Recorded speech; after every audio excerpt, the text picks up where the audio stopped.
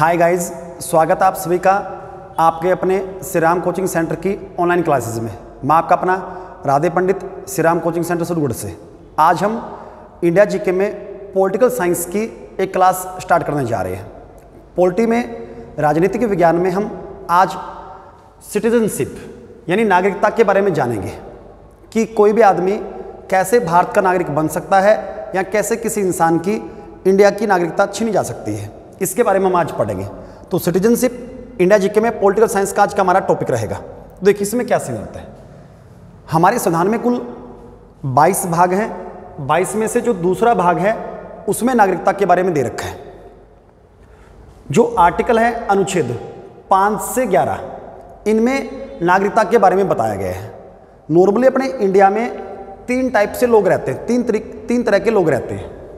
एक तो normally person हो गया, नहीं जैसे कोई बाहर से घूमने फिरने के लिए आया तो वो नॉर्मल पर्सन कहलाएगा।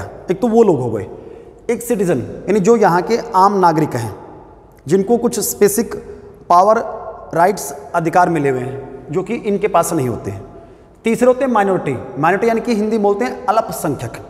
ये 2 प्रकार से हो सकते हैं। या तो ऐसे लोग जिनके धर्म के लोग कम रहते हैं इंडिया में, पॉपुलेशन में आबादी में कम है, जैसे जैन हो गए, या फिर भाषा के आधार पे यानी जिस लैंग्वेज के लोग इंडिया में कम रहते हैं, माइनॉरिटी। तो आज का जो हमारा लेक्चर है वो इसी सिटीजन के ऊपर है। हम इसके बारे में बात करते हैं। क्लियर है सबका? आगे देखिए शाबाश। तो सिटीजनशिप में आर्टिकल 5 से 11 के बारे में हम पढ़ेंगे। तो आर्टिकल 5 अनुच्छेद 5 क्या कहता है? ये संविधान के प्रारंभ में नागरिकता है, यानी जब हमारा संविधान स्टार्ट हुआ, जब लागू हुआ, इंप्लीमेंट किया गया संविधान को, तब नागरिकता का किस तरीके से नागरिकता दी जाती थी। तो जब संविधान लागू हुआ, यानी कि कब लागू हुआ? 26 जनवरी 1950 को। हमारा कॉन्स्टिट्यूशन जो है, हमारा संविधान जो वो कब लागू हुआ? 26 जनवरी 1950 को। जब ये संविधान लागू हुआ तो उस समय नागरिकता कैसे दी जा रही थी उसके ऊपर हम डिस्कशन करेंगे। ये आर्टिकल 5 में दिया गया है। तो उस समय नागरिकता कुछ 3 तरीके से थी। कैसे? नंबर ए, उसका जन्म भारत में, ऐसा कोई आदमी जिसका जन्म कहाँ हुआ है?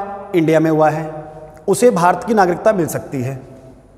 जैसे हम तो इस टाइम पैदा नहीं हुए थे ना, हमारे पापा पैदा हुए थे, हमारे दादाजी इस टाइम में पैदा हुए थे, हम सबके मतलब ऐसा हम बोल सकते हैं। तो दादाजी को, जो हमारे दादाजी को नागरिकता मिली वो इसी के तहत मिली थी। सेकंड दे रखा है कि उसके माता पिता का जन्म भारत में हो, यानी हमारा जन्म तो भारत में नहीं हुआ, लेकिन अगर हमारे माता पिता का जन्म कहाँ हुआ है? भारत में हुआ है। मतलब हम कहीं बाहर पैदा हुए लेकिन माता पिता का जन्म कहाँ हो गया? भारत में हो गया। तो ये कंडीशन भी यहाँ पर लागू होती है। तीसरा आता है संविधान लागू होने से 5 वर्ष पहले से भारत में रहता हूँ, यानी ऐसा कोई आदमी जब हमारा संविधान लागू हुआ यानी कि 26 जनवरी 1950, उससे 5 साल पहले से अगर इंडिया में रह रहा है, यानी 1945 से लगभग वो अगर इंडिया में रह रहा है तो उसे भी भारत की नागरिकता मिल सकती है। इन तीनों कंडीशन में से कोई भी एक कंडीशन अगर कोई पूरी करता है तो उसे भारत की नागरिकता दे सकते हैं। ये जो तीसरी कंडीशन है, इसी कंडीशन से एनी बेसेंट है, जो कि आइलैंड से रहने वाली थी, बिलोंग करती हैं आइलैंड से, उन्हें भारत की नागरिकता मिली थी। क्लियर है? जो कि कांग्रेस की पहली महिला अध्यक्ष थी। क्लियर है सबको? तो इन्हें भी नागरिकता इसी फैक्ट के बेस पे दी गई थी। आगे देखिए शाबाश। नेक्स्ट है आर्टिकल 6 अनुच्छेद 6। तो जब हम आज़ाद हो गए तो बंटवारे के समय, यानी आज़ादी के टाइम जो बंटवारा हुआ भारत और पाकिस्तान का, उस समय एक सिचुएशन बनी कि पाकिस्तान से भारत आए लोगों की नागरिकता, यानी ऐसे लोग, मतलब माहौल बन गया था कि बंटवारा होने वाला है, देशों का विभाजन होने वाला है। तो उस समय कुछ लोग पहले से ही माहौल की वजह से पहले से ही कुछ लोग भारत से पाकिस्तान गए, कुछ लोग पाकिस्तान से क्या हुए? भारत आए। तो ऐसे लोगों की नागरिकता जो पाकिस्तान से कहाँ आए थे? भारत आए थे, तो उनको नागरिकता कैसे मिलेगी? इसके लिए एक फैक्ट था कि एक परमिट दिया गया था 19 जुलाई 1948। ये क्या है पहले इसको समझ लो। यानी 19 जुलाई 1948 को एक परमिट कानून लेके आए। इसका मतलब क्या हुआ?